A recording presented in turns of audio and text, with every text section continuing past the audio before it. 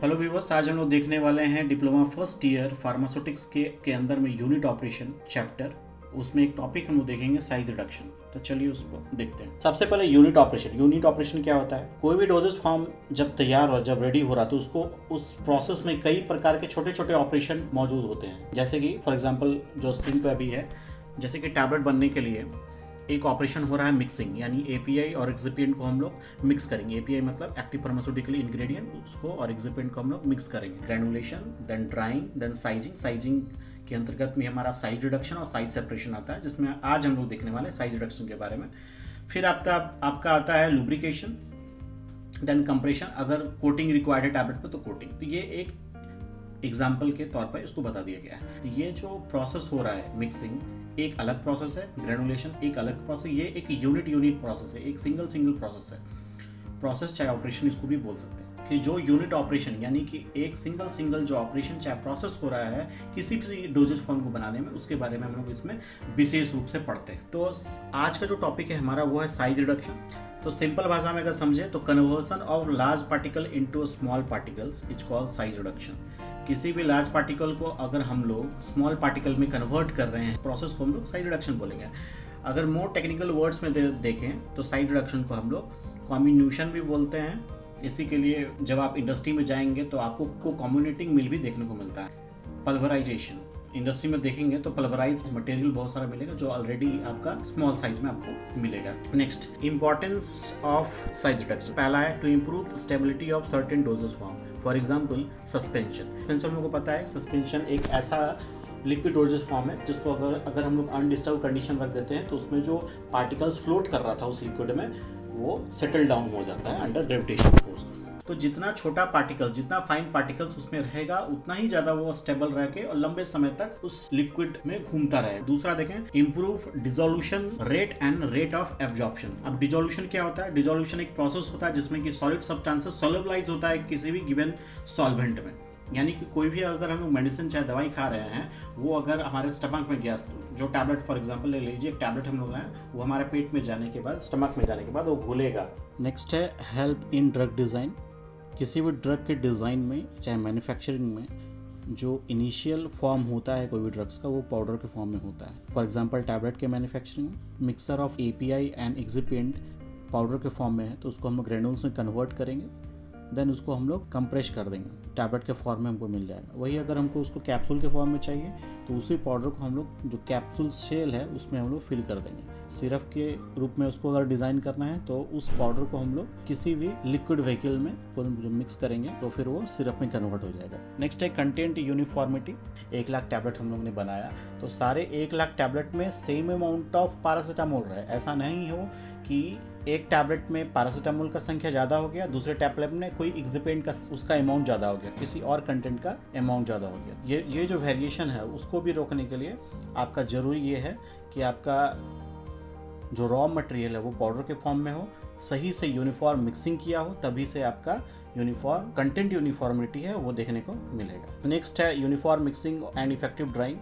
Already हम लोग देख चुके हैं कि यूनिफॉर्म मिक्सिंग के लिए कि प्रॉपर मिक्सिंग हो एक्सिपिएंट और एपीआई का, तो उसमें भी अगर स्मॉल पार्टिकल्स होंगे, स्मॉल पार्टिकल साइज होंगे तो उस कंडीशन में हम लोग प्रॉपर रूप से उसको मिक्सिंग कर पाएंगे।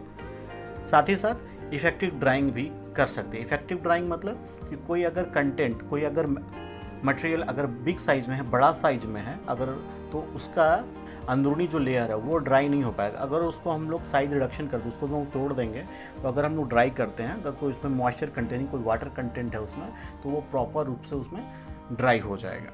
नेक्स्ट है यूनिफॉर्म फ्लो। पाउडर जो फाइन पाउडर है चाहे ग्रैन्यूल्स है वो ही प्रॉपर रूप से फ्लो करता है। साइज अगर बड़ा है किसी मटेरियल का, यूनिफॉर्म भी नहीं है, तो उस कंडीशन में फ्लो प्रॉपर्टी भी हैम्पर होता है। नेक्स्ट क्या है? Factor affecting the size reduction. पहला है कि हार्डनेस। अगर मटेरियल हार्ड है तो उसमें डिफिकल्ट होता है उसका साइज प्रोड्यूस कराना। नेक्स्ट है सॉफ्टनिंग टेम्परेचर।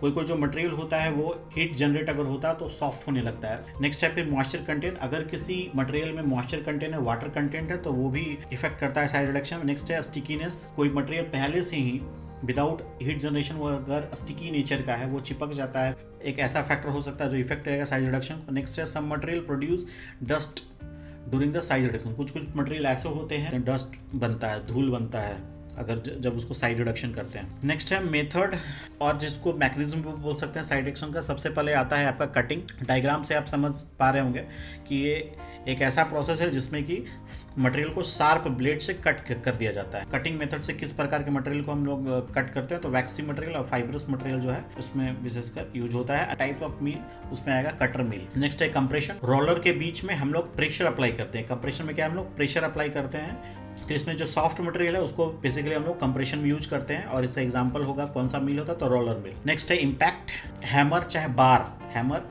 यानी हथौड़ा, बार मतलब छड़, उससे हम लोग हाई स्पीड से किसी भी मटेरियल को पीटते हैं चाहे उसको तोड़ते हैं।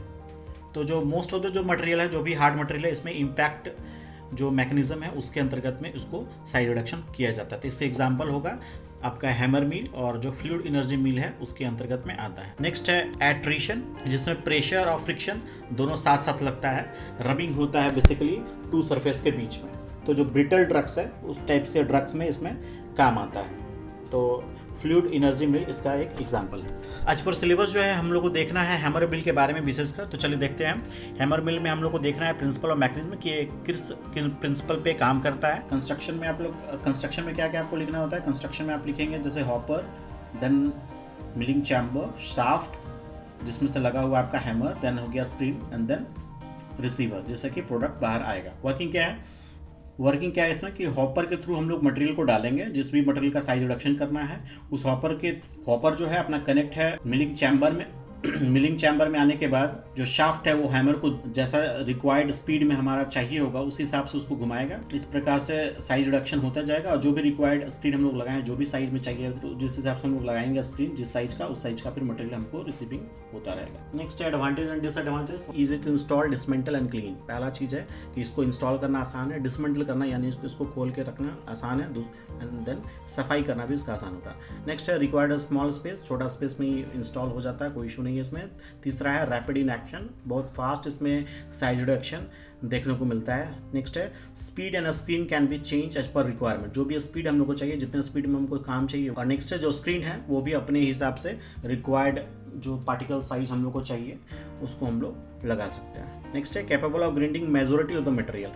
जो हैमर मिल है वो मोस्ट ऑफ द मटेरियल और हार्ड मटेरियल को मिलिंग करने में, ग्राइंडिंग करने में कैपेबल होता है, तो ये इसका एडवांटेज है। नेक्स्ट है डिसएडवांटेज। डिसएडवांटेज क्या है हैमर मिल का, डिसएडवांटेज है heat will generate at high speed, heat generate होगा हाई स्पीड में। नेक्स्ट है not suitable for the heat sensitive product. ये हीट सेंसिटिव प्रोडक्ट के लिए जाहिर सी बात है सुटेबल नहीं है, क्योंकि डिग्रेडेशन देखने को मिल सकता है, क्योंकि ये हीट जनरेट करता है अगर इसको हाई स्पीड में यूज करेंगे तो। Screen can B jam, screen जो है इसमें कभी कभी यूज करते समय जाम होता है बराबर, तो इसका एक ये डिसएडवांटेज है। नेक्स्ट है बॉल मिल। दो प्रकार के प्रिंसिपल चाहे मैकेनिज्म से बॉल मिल काम करता है। पहला हो गया इम्पैक्ट, दूसरा एट्रिशन।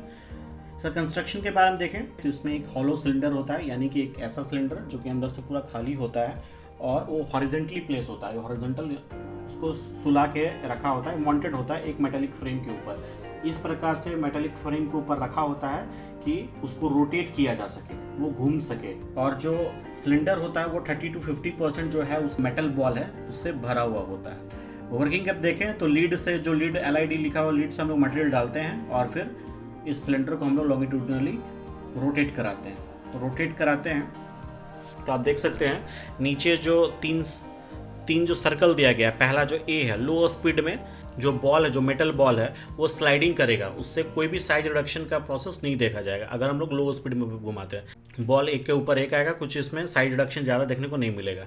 हाई स्पीड में अगर इसको जो मेटल सिलेंडर है, सिलेंडर को अगर घुमाते हैं, बॉल मिल को अगर घुमाते हैं तो इसमें सेंट्रीफ्यूगेशन देखने को मिलता है, यानी जो बॉल है वो जाके सिलेंडर के वाल से जाके चिपक जाएगा और उससे भी हमको किसी भी प्रकार का साइड रिडक्शन देखने को नहीं मिलेगा।